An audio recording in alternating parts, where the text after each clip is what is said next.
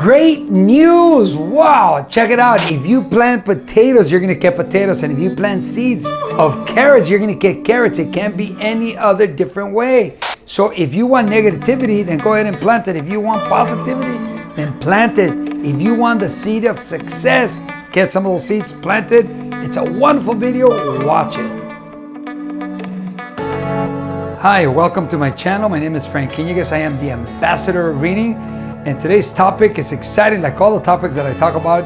I want to say thank you to all of you that are joining our channel, that are already part of this channel. I am super excited. Our channel is growing tremendously. We have thousands and thousands and thousands of subscribers thanks to you.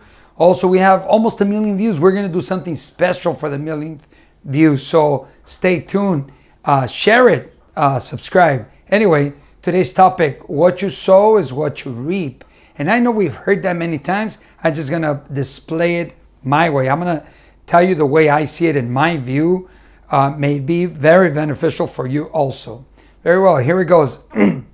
Well, as you know, the information that I bring to these videos, it is about the individual that's watching. However, it's also about the family. It's always about the family, the children. And I know that it's very important that if you have children, this video is going to be very awesome, because whatever you plant, and here it goes, whatever you sow is what you reap. Whatever you plant in their little brains, that's what you're going to collect as they get older. How you treat them now as their little children is the way they're going to behave as they get older. And I know that I've mentioned it in other videos about the class that I took called PSI, the one that we now teach in Spanish called CEPA. I took that class 31 years ago, maybe almost close to 32. And I was able to discover a lot of things about my family. And one of the big ones that I discovered is about my mom. My mom, and I know that I'm gonna talk to you that are interested in knowing a little bit more about me in one of my interviews. Maybe I'll get an interview soon so that you can know more about who I am and where I come from and where I'm going. Anyway, what I discovered in that class 31 plus years is that my mother didn't know how to hug. And it may sound kind of like, what? She didn't know how to hug? Everybody knows how to hug. She didn't know how to hug us, her children. Why didn't she know how to hug her children? Is because they didn't teach her. They didn't hug her. And I'll tell you in a story at another time. So anyway, when I got out of that class, I was super excited. And one of the big changes that I brought into my life was that I taught my mother how to hug. Also my brothers and sisters. I remember when I first introduced the idea to them, they were like, oh, come on, Frank. I remember my brother Jesse kind of like complaining, whining, but he got up and gave me a hug. And now we all hug. And that happened 31 years ago. Guess what? Our children now know about hugs. So our nephews and nieces, we hug them. They're full-grown men, full-grown ladies, and we hug them. And guess what? They've already taught their children how to hug. And the new ones, the new babies that are coming in, they're coming into hugs and communication. If you don't plant that seed in your kid's brain, then chances are they're not going to know how to do it. So what do you want to plant in their brain? You want to plant hugs and kisses and understanding and communication and tools. I remember when my kids were growing up, one of the things that I made sure they were going to get in their brain, one of those seeds that I was going to plant in their brain was power of choice. And my kids remember that lesson very well. I have my 3 children. I've mentioned it in other videos. I have Adam, Nicholas, and Paola. And Paola just finished her first year at the university level. And she dormed at the university. And she came back in one of her visits to the house. She always came home. And she told me, Dad, I understand your lesson about power of choice. I'm hanging out with my friends, and some of them are not making good choices. As a matter of fact, some of them are not going to continue with the university because they made bad choices. So power of choice. What are you planting in your kid's brain now?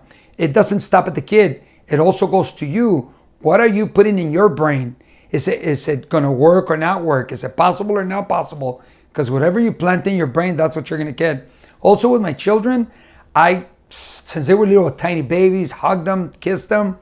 and we traveled together. And I used to teach him. As a family, we have seen 32 states together, minus Hawaii because my older son didn't go with us. But other than that, 31 states of the United States. We've seen Canada on the East Coast and the West Coast.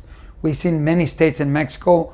We're hoping we will see the continents. There you go. Anyway, so I would tell them when we were in different states, look at the way they're behaving, look at their power of choice, look at them. And it was always an opportunity to teach them about power of choice. So now they're full grown. I get hugs and kisses because that's what I put in their little brain. What are you putting in your kids' little brains and your baby's brains? Because whatever you plant is what you're gonna get. Whatever you sow is what you're gonna reap. We all know that. I'm just putting it in my perspective. So what you sow is what you reap. So if you plant potatoes, don't expect to collect carrots. Impossible. It's not gonna happen. So whatever you put in your brain, that's exactly what you're gonna get. I know that being the ambassador of reading, I've had a few of you comment and say, hey, talk about the books you've read, about the books that have made a big difference in your life. And one of my favorite authors is Napoleon Hill. I love that guy. I have read many of his books. I'm gonna look them all up and I want to read them all. I love the way the guy writes and thinks, and I love the way he did his research. Anyway, he wrote a book called Think and Grow Rich. Think and Grow Rich. And he's going into thought. And in many of my videos here, you know that whatever you put in your brain is what you're going to get. So if you're putting ideas of success, it's going to be very important.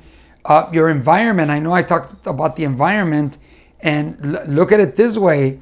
If you were planting your seeds, if you were putting them in the ground and there's a whole bunch of crows and they come down and they take your seeds, you're not going to get anything.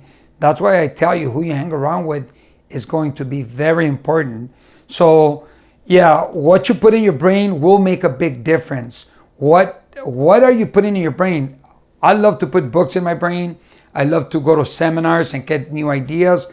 I know that what made a big difference in my life is what I put in my brain. What was I putting in my brain before I went initially to that seminar? PSI was not taking me anywhere. I'm not embarrassed to say, and it doesn't make me proud either, I dropped out of high school. And then that made a big difference. When I went to PSI, they said, yes, it's possible. Yes, you can do it. What they did is they got a whole bunch of good seats and they go, here, you want them? Put them in there and then take care of it. Make sure the crows don't come down and take them. Because there's always friends that are going to say, it doesn't work, too much time, too much effort. It doesn't, I'm not going to do it. And it's like a crow taking your seats. So make sure you hang around with the right people. I'm going to leave it at that. What you sow is what you reap. If you want to get potatoes, then plant potatoes. If you want to get carrots, then plant carrots. Don't expect it to be different. Don't be surprised later on. Say, oh my God, look at what I got. Well, what did you plant? So take care of your seeds.